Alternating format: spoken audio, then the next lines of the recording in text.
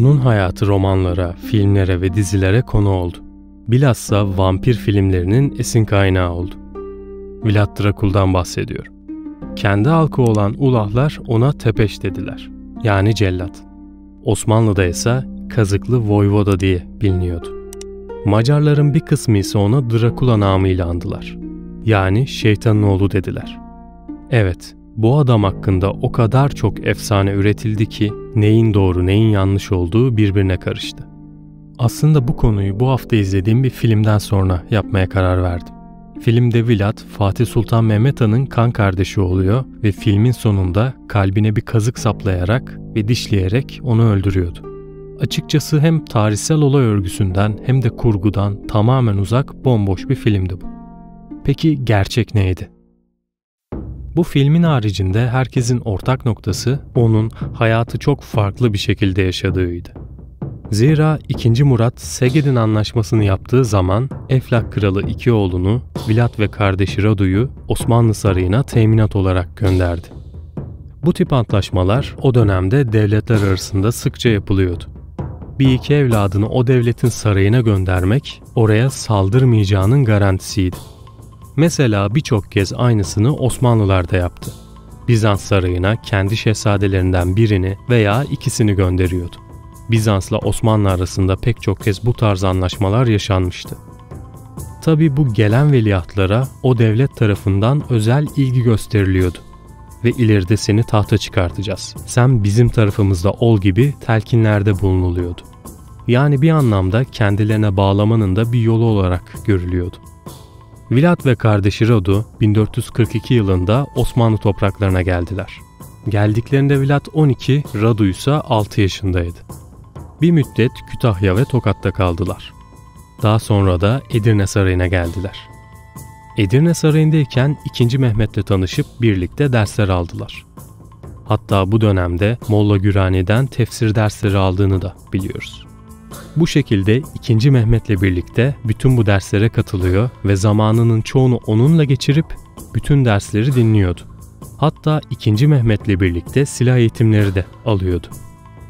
Bu şekilde Vlad Osmanlı topraklarında toplam 6 sene kaldı ve 1448 yılında Eflak'a geri döndü. Ancak kardeşi Radu eğitiminin sonunda kendi isteğiyle Osmanlı hizmetine girmiş ve hatta Müslüman olmuştu.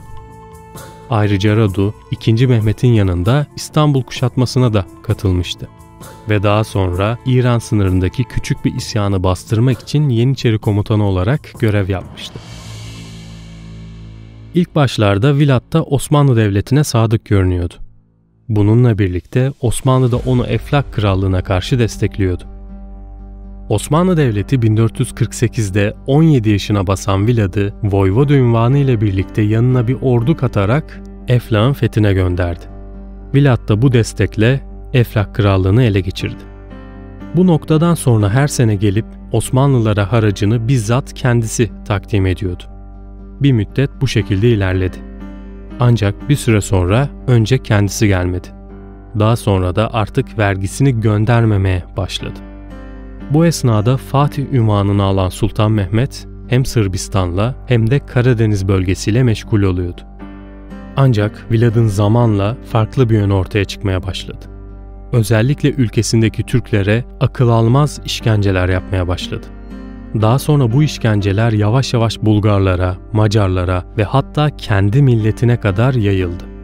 İşkence artık onun için bir eğlence kaynağıydı.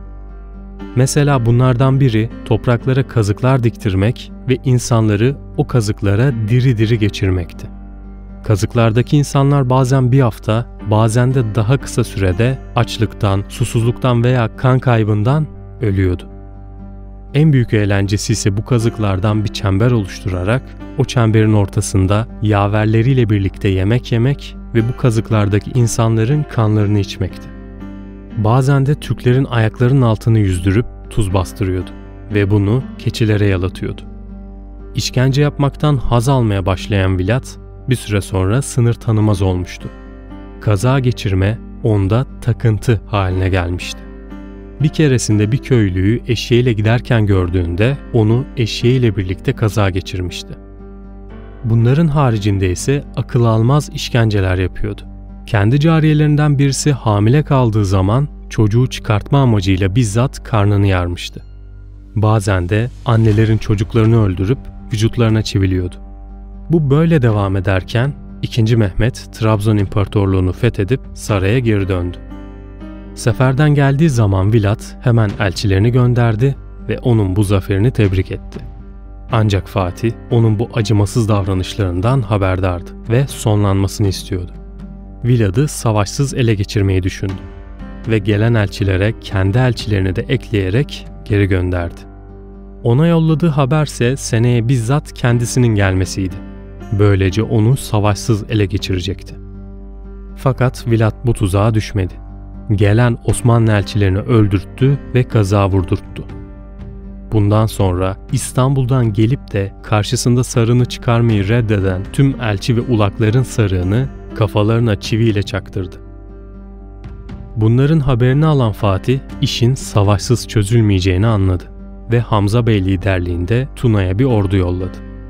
Ancak bu ordu Tuna'da bozguna uğradı.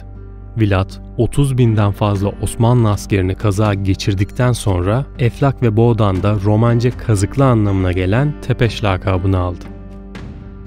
Ordunun başındaki Hamza Bey'i ele geçirdi ve kafasını mızrağa, vücudunu ise kazağa vurdurdu.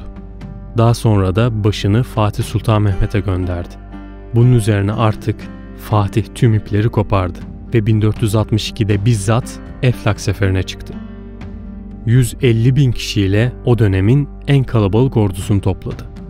Zira Vilad'ın yaptıkları artık çok fazlaydı ve mutlaka ele geçirilmeliydi. Bütün Akıncı birliklerinin tamamını yanına almıştı ve Osmanlı ordusunda Vilad'ın kardeşi Radu'da bulunuyordu. Fatih ordusuyla Vilad'ın üzerine yürüdüğünde kazıkların üzerindeki insan ormanını gören ordunun şaşkınlık içinde kaldığı ve moralinin bozulduğu söylenir. Ancak bu tabii ki savaşın kaderini değiştirmedi. Gece başlayıp sabaha kadar süren savaşta Fatih Eflak'ı kolayca aldı. Ancak Vilad kaçmıştı. Durum böyle olunca Fatih kuşatmayı kaldırıp krallığı Radu'ya verdikten sonra geri döndü. Ancak Vilad için bazı akıncılarını burada bıraktı. Bu sırada Vilad güçlükle kaçarak Macarlara sığındı. Macarlardan alacağı bir orduyla tekrar Osmanlılara saldırabileceğini düşündü. Ancak Macar halkına da epey bir işkence yaptığı için kral ona acımadı ve onu hapse attı. Bundan sonra voyvoda uzun yıllar hapiste kaldı. Ancak 1476'da bir şekilde hapisten kaçtı ve bir kez daha Romanya üzerinde göründü. Fakat bu defa Fatih Sultan Mehmet akıncılarını teyakkuzda tutuyordu. Onun tekrar Eflak'ta görülmesi üzerine akıncılar derhal harekete geçti ve voyvodayı kıskıvrak yakaladılar. Sultan Mehmet'in emriyle kafası kesilip İstanbul'a gönderildi. Başı bir kaza geçirilerek İstanbul sokaklarında dolaştırıldı. Daha sonra ise başı İstanbul'da bilinmeyen bir yere, gövdesi ise Bükreş'te Sinagog Manastırı'na gömüldü. Evet, Vlad Drakul ortadan kalktı. Ama ardında bıraktığı kazıklı ve kanlı efsane 1897 yılında Bram Stoker'a ilham oldu. Yazdığı Drakula romanındaki ölümsüz kont, kurbanlarının kanını içen ve ancak kalbine kazık çakılarak yok edilebilen bir vampir karakterini esinledi. Daha sonra ise romanın sinemaya uyarlandığı pek çok filmle birlikte tüm dünyada Kont Drakula olarak tanındı. Videonun sonuna geldik. Bir sonraki videoda görüşünceye dek kendinize iyi bakın, hoşça kalın.